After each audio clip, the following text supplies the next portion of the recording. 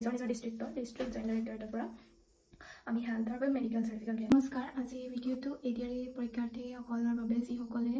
already exam clear কৰি থৈছে আৰু ডকুমেণ্ট ভেৰিফিকেশ্যন চলি আছে ছাৰ আচলতে মোৰ ডকুমেণ্ট ভেৰিফিকেশ্যন হৈ গ'ল বিকজ মোৰ আছিলে women and child development department আৰু আমাৰ আটাইতকৈ সোনকালে হৈ গৈছে আৰু কি ডকুমেণ্টৰ দৰকাৰ হৈছে সেইখিনি মই কৈ দিছোঁ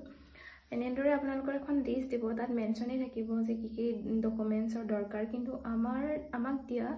লিষ্টখনৰ বাদেও আৰু কি ডকুমেণ্টৰ প্ৰয়োজন হৈছে আমি আকৌ প্ৰিণ্ট আউট উলিয়াবলগীয়া হৈছে কি ডকুমেণ্টৰ সেইবিলাক কথা মই এতিয়া কৈ দিছোঁ যাতে আপোনালোকে আকৌ ঘূৰি আহিব নালাগে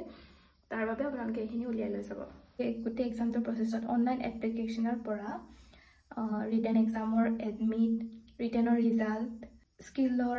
স্কিলৰ এডমিট স্কিলৰ ৰিজাল্ট মানে ফাইনেল ৰিজাল্ট আৰু কি পোষ্টৰ বাবে আপোনাক চুজ কৰা হৈছে সেইবিলাক গোটেইখিনি উলিয়াই লৈ যাব হয়তো কোনোবাই নিবিচাৰিব পাৰে কিন্তু যাতে বিচাৰি দিলে যাতে আপুনি দিব পাৰে তেনেদৰে আপোনালোকে গোটেইখিনি উলিয়াই লৈ যাব তাৰ বাদে কি লাগিব যেনেদৰে কাষ্ট চাৰ্টিফিকেট হৈ গ'ল এডুকেশ্যনেল কোৱালিফিকেশ্যন যিমানৰলৈকে আছে আপোনাৰ যে মাষ্টাৰ্ছ আছে মাষ্টাৰ্ছৰো উলিয়াই লৈ যাব এডমিট চাৰ্টিফিকেট আৰু মাৰ্কশ্বিট এইখন আপোনালোকে জেৰক্স কৰি লৈ যাব চবৰে কাৰণ কেতিয়াবা বিচাৰি দিবও পাৰে কাৰোবাৰ বিচাৰিছে সেইকাৰণে কৈছোঁ আপোনালোকে লৈ যাব লগতে ৰিচেণ্ট পাছপৰ্ট চাইজৰ ফটো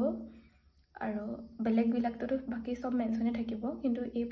এইখিনি বস্তু ৰিজাল্ট শ্বীট বা বাগেৰা এইখিনি মেনশ্যন নাথাকিব পাৰে আমাৰ মেনশ্যন আছে এফিডেভিট বা পুলিচ ভেৰিফিকেশ্যনৰ কোনো প্ৰয়োজন হোৱা নাই সেইখিনি পাছত হ'ব আমাক কৈ পঠোৱা হৈছে যে যেতিয়া জইনিং হ'ব তাৰ আগে আমি নিজৰ ডিষ্ট্ৰিক্টৰ ডিষ্ট্ৰিক্ট জইণ্ট ডাইৰেক্টৰেটৰ পৰা আমি হেল্থৰ বা মেডিকেল চাৰ্টিফিকেট উলিয়াই থ'ব লাগিব